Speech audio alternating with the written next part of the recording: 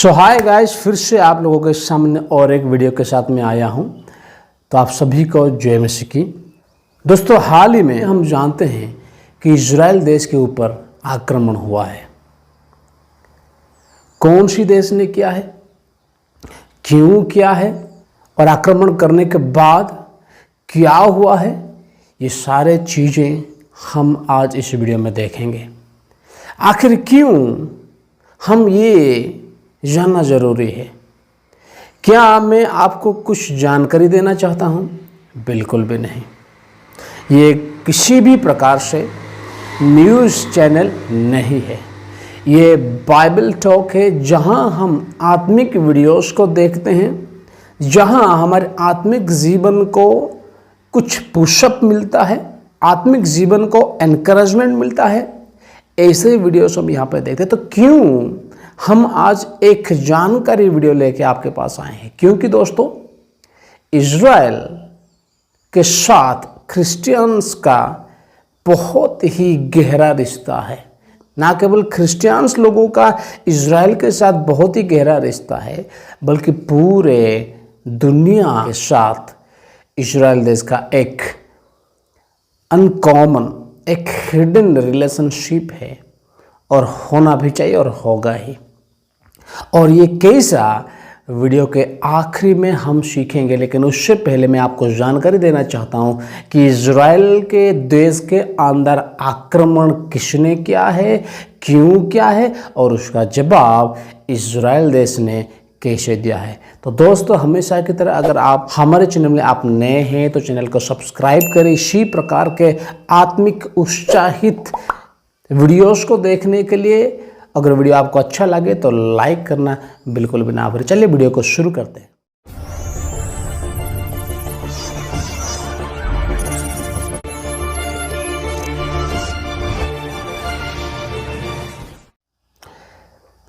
Israel एक tiny देश है। हाल ही में 90s में उसको नेशनलिटी मिला है और वो उसको जेरूशलेम डे के हिसाब से वो मनाते हैं। लेकिन एक दिन जैसे वो जेरूशलेम डे को मना रहे थे, कुछ ऐसा हुआ।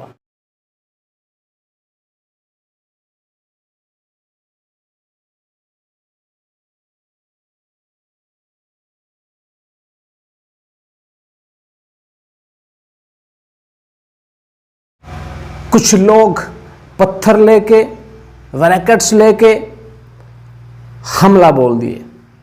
राइट्स, हिंसा के रैलीज होना शुरू हुए इजराइल देश के अंदर। तो जानेंगे ये लोग कौन है। यही लोग हैं फलस्तीनी। ये पैलेस्टीनियंस लोग हैं जो इजराइल देश के अंदर रहते हैं। तो ये ऐसा क्यों कर रहे हैं? दोस्तों, ऐसे कहा जाता है कि इनको इजराइल देश के अंदर ऐसे करने के लिए उकसाया गया था, कहा गया था। और ये कैसे मैं साबित करूंगा कि ये पहले से इसकी तैयारी कर रहे थे। आपको लग रहा होगा ये एक्सीडेंटली ऐसा हो रहा है, या फिर होते होते ये शायद माहौल इतना बिगड़ा होगा और ये एक रायट, एक रैली, हिंसा की रैली शुरू हो गया। बिल्कुल भी नहीं। ये एक जानी समझी, पहले से प्लान्ड की हुई एक योजना था। ये करने से पहले मैं आपको कुछ क्लिप्स दिखाता हूं, आपको कुछ मैं फोटोज दिखाता हूं। आप इस फोटो को आप देख सकते हैं।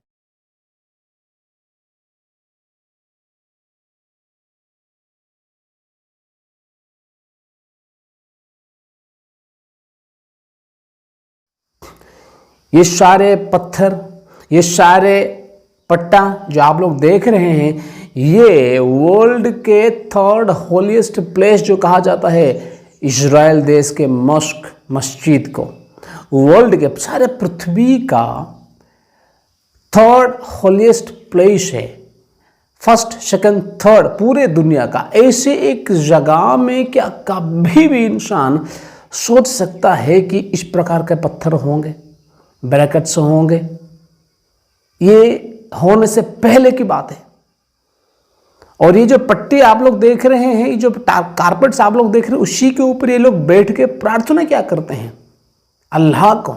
लेकिन उसी के ऊपर आज हिंसा की पत्थर है, उसी के ऊपर आज ब्रैकेट्स है, पट्टा है हिंसा करने के लिए।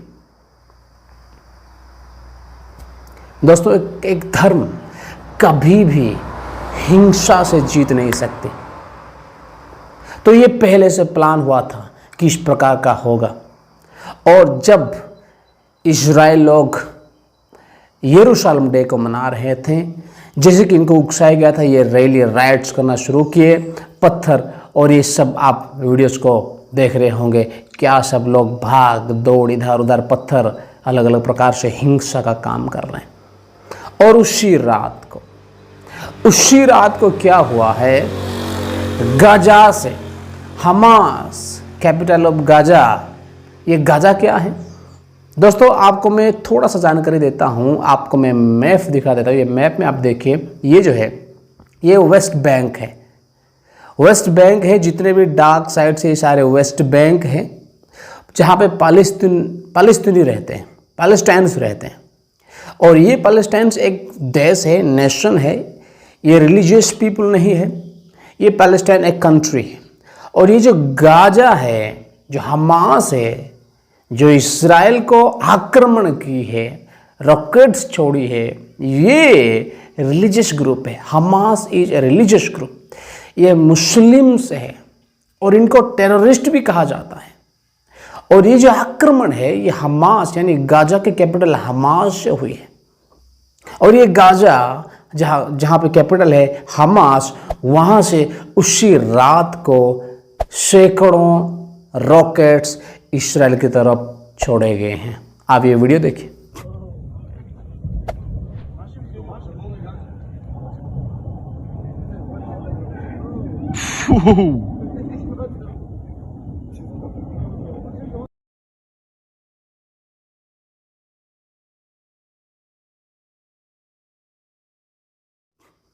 सैकड़ों रॉकेट्स, मिसाइल्स इस्राएल के तरफ छोड़ दिए गए हैं, सैकड़ों। शायद कुछ लोग बोलते हैं 300, कुछ लोग बोलते हैं 150, 130, और कुछ न्यूज़ बोलते हैं अलग अलग प्रकार की चीज़ें। लेकिन इजराइलाइट्स खुद वो कहते हैं कि पूरे जो मिसाइल छोड़े गए थे वो था 1050, 1050 रॉकेट छोड़े गए थे। आप ये देखिए फोटो। और उनमें से दोस्तों 200 मिसाइल्स जो है, 200 रॉकेट्स जो है, वो उनके अंदर गाजा में ही गिरी। वो ठीक से नहीं उड़े तो गाजा में ही गिरे, जिसके नुकसान बहुत भारी था। बच्चे के बहुत सारे लोग मरे। लेकिन इसको कैसे दिखाया जाता है, इसको इजराइल देश ने मिसाइल छोड़ी और सिविलियंस को मारे। ऐसे नहीं कि इनके 200 खुद के 200 मिसाइल्स के गिरने के कारण गाजा यानी हमास में सिविलियंस की मौत हुई नहीं, बल्कि इस्राएल देश के मिसाइल्स के कारण ये हुई है। गलत बात है। ये फोटो से आपको समझ में आ रहा होगा। और दोस्तों, इसके होते ही जैसे ये जो भी है 100 है, 150 है, 300 है, 400 है, 1000, जितने भी मिसाइल्स ये रात को छोड़े इस्राएल की तरफ, हम जानते हैं कि इस्राएल बहुत ही स्मार्ट है और बहुत ही पावरफुल है टेक्नोलॉजी में, और वो कुछ ना कुछ अलग इन्वेंशन करते हैं। उनका एक एयर डिफेंस सिस्टम है जो कि उनके रडार, इस्राएल देश के रडार में कोई भी हमला, आकाश से कोई भी हमला होगा तो ये उनको उसका ऑब्लिसिटी को पहचान लेगा और वो इधर से उसको इंटरसेप्टिफाइड करेगा, उसको ऊपर ही ऊपर एक्सप्लोड करेगा। इसको कहते हैं आयरन डोम। सबसे बढ़िया डिफेंस सिस्टम जो ये इस्राएल लोग खुद इन्वेंट किए हैं, 2011 से इसको इंस्टॉल किए हैं और ये चल रहा है। यानी 24 आवर्स डे और नाइट, गलत मतलब खराब मौसम में भी ये काम करता है और आकाश से आने वाले हर प्रॉब्लम को ये नोटिफाई करता है। अगर ये मिसाइल है और टारगेट में गिरने वाला है जिससे इस्राएल देश का नुकसान होगा, तो ये क्या करता है, इंटरसेप्टिफाइड करता है और उसको ऊपर ही ऊपर उड़ा देता है। तो ये गाजा यानी हमास को ये पता है अगर हम 1-2 मिसाइल छोड़ेंगे इसको ये इंटरसेप्टिफाइड करेगा, ऊपर ही ऊपर एक्सप्लोड कर देगा। इसलिए वो क्या कि 100-200 एक ही साथ छोड़ दे, जिससे कुछ तो कुछ इस्राएल देश में गिरेगा। और वैसा ही हुआ। जब ये सैकड़ों मिसाइल छोड़े तो क्या हुआ, आयरन डोम ने मोस्ट ऑफ द मिसाइल्स को एक्सप्लोड कर दिया ऊपर ही ऊपर। आप इस वीडियोस को देख सकते हैं, जैसे बुम बुम जैसे कि एक्सप्लोड जो हो रहे हैं वो सब आयरन डोम है। आयरन डोम के सिस्टम के वजह से वो सारे एक्सप्लोड हो रहे हैं। लेकिन दोस्तों कुछ मिसाइल्स जो है वो इस्राएल देश में गिरे, जिसके कारण 2 औरत की मृत्यु हो गई और काफ़ी सारे लोग इंजरी हुए। एक इंटरव्यू में आप देख सकते हैं, एक सोल्जर, इस्राएल के सोल्जर इंटरव्यू देते हुए कहता है कि आप देखो, We're standing in Ashkelon, a city in southern Israel. The house behind me was hit by a rocket overnight fired from Gaza by terrorists. It is one of more than 300 rockets fired from Gaza at Israel. Fortunately, more than 90% of rockets have been intercepted by the Iron Dome, but unfortunately, one got through and caused light injuries in Israel. उसके बाद क्या हुआ होगा? क्या Israel देश ने चुपचाप बैठी होगी, आप सोच रहे हैं? बिल्कुल भी नहीं। इजराइल एक बहुत ही ताकत एंड पावरफुल कंट्रीज में से एक है और इजराइल देश को कई सारे देश डरते हैं और कोई भी देश डायरेक्टली इजराइल को ऐसा नहीं छोड़ेगा। और जब ये छेड़ा है तो इजराइल क्या करेगा दोस्तों? The next day, the very next day, Monday को ये हुआ। द ट्यूसडे को इजराइल देश ने 150 मिसाइल छोड़े, एयर स्ट्राइक 150 मिसाइल छोड़े गाजा की तरफ। और उनके सबसे जहाँ पे टेररिस्ट लोग रहते थे वो सारे बड़े बड़े बिल्डिंग, आप ये वीडियोस में देख रहे हैं, बिल्डिंग्स को कोलैप्स किए और एयर स्ट्राइक कर दिए। और ये नहीं कि एक दिन नहीं, ये पूरा पिछले पूरे दैट वीक, वो हफ्ता पूरा 11 तारीख से 10-11 तारीख से पूरा वो पूरा हफ्ता एयर स्ट्राइक कर दिया, रोज लड़ाई शुरू कर दिया। और राष्ट्रपति क्या कहते हैं? राष्ट्रपति बोल दे ये गाजा को हम उड़ा देंगे, हमास को हम उड़ा देंगे। और सारे दुनिया इसे कहती है कि अगर कोई देश टेररिस्ट को ख़त्म कर सकता है वो है इजराइल देश, पावरफुल देश, गॉड्स पीपल देश, परमेश्वर के द्वारा चुने गए एक देश है। गाजा में बहुत सारे लोग, मेरे पास एक छोटी सी जानकारी जो मैं आपको देना चाहता हूँ।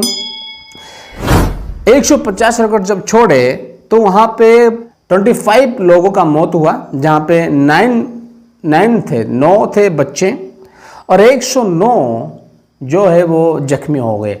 और भी अलग अलग नंबर्स है जो मेरे पास था, मैं आपको बता रहा हूँ। तो दोस्तों मैं ये जानकारी आपको क्यों दे रहा हूँ?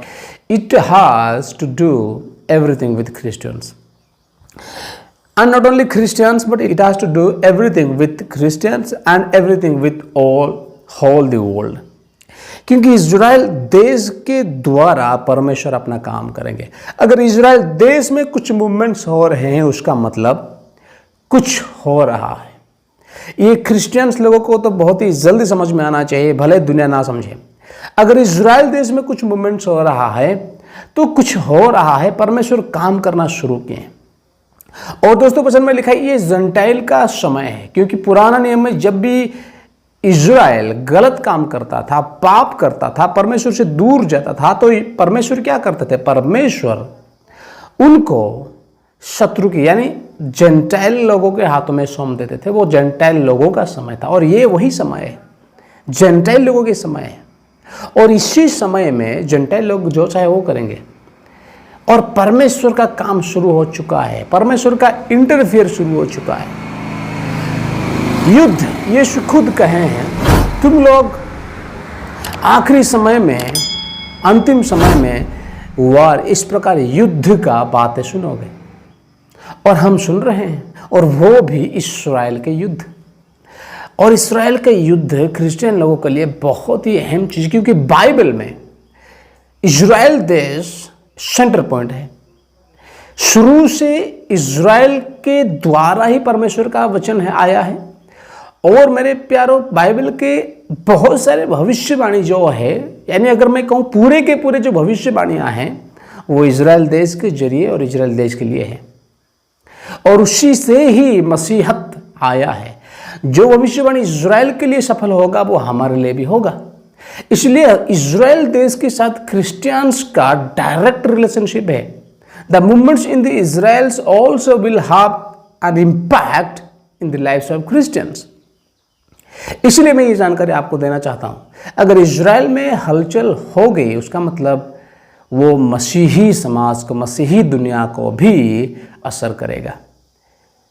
हाँ दोस्तों, तो हम क्या समझे इससे? कुछ तो शुरू हो चुका है, कुछ तो ऑलरेडी स्टार्टेड है। तो इतना मैं कहना चाहूँगा, जागते रहिए दोस्तों। अंतिम समय आ चुका है, आखिरी समय पहुँच चुका है, आ चुका है। अब हम खुद को तैयारी करें, खुद को बनाएं। कब क्या होगा कुछ भी नहीं कहा जा सकता, कुछ भी नहीं कहा जा सकता। इसलिए हम खुद को तैयार करें, जागे, खुद को जांचते रहिए दोस्तों। पिछले वीडियो मैंने बनाया था one world government. One world government में आप ना हो इसलिए प्रार्थना करें, क्योंकि उस वन वर्ल्ड गवर्नमेंट में कोई अच्छा इंसान राज करने वाला नहीं है। एंटी क्राइस्ट द बीस्ट राज करने वाला है और पूरे देश उसके पीछे चलेगा। हम ऑलरेडी उस वीडियो को हम इसके ऊपर चर्चा किए हैं। इस वीडियो को मैं आई बटन में दे दूंगा, अगर आप नहीं देखें तो उस वीडियो को देखें। वन वर्ल्ड गवर्नमेंट होने जा रहा है और उसकी तैयारी ये सब चल रहा है मेरे प्यारों। कुछ हरकतें शुरू हो चुका है, इसलिए आप सावधान रहें कि यीशु मसीह जब लेने आएंगे, यीशु मसीह के साथ उठाए लिए जाने के लिए आप खुद को तैयारी करें। मैं कह रहा हूँ, खुद को तैयारी करके यीशु मसीह के साथ आप उठा लिए जाओ और यीशु मसीह के संग आप रहो। तो इसी वीडियो में इतना ही। हाँ दोस्तों, अगर आपको ये वीडियो अच्छा लगा है तो ज़रूर लाइक और कमेंट जरूर करें। अगर अभी तक हमारे चैनल को सब्सक्राइब नहीं किए, इसी प्रकार उत्साहित आत्मिक बाइबल से रिलेटेड बातों को, वचनों को, वीडियोस को देखने के लिए हमारे इस बाइबल टॉक चैनल को सब्सक्राइब करें और पास में जो घंटी उसको दबाना ना भूलें। तो आप स्वस्थ रहिए, बाइबल पढ़िए, प्रार्थना करिए, परमेश्वर में लगे रहिए, यीशु मसीह के साथ जाने खुद को तैयारी करें। सबको जय मसीह की, परमेश्वर आप सबको आशीष दे।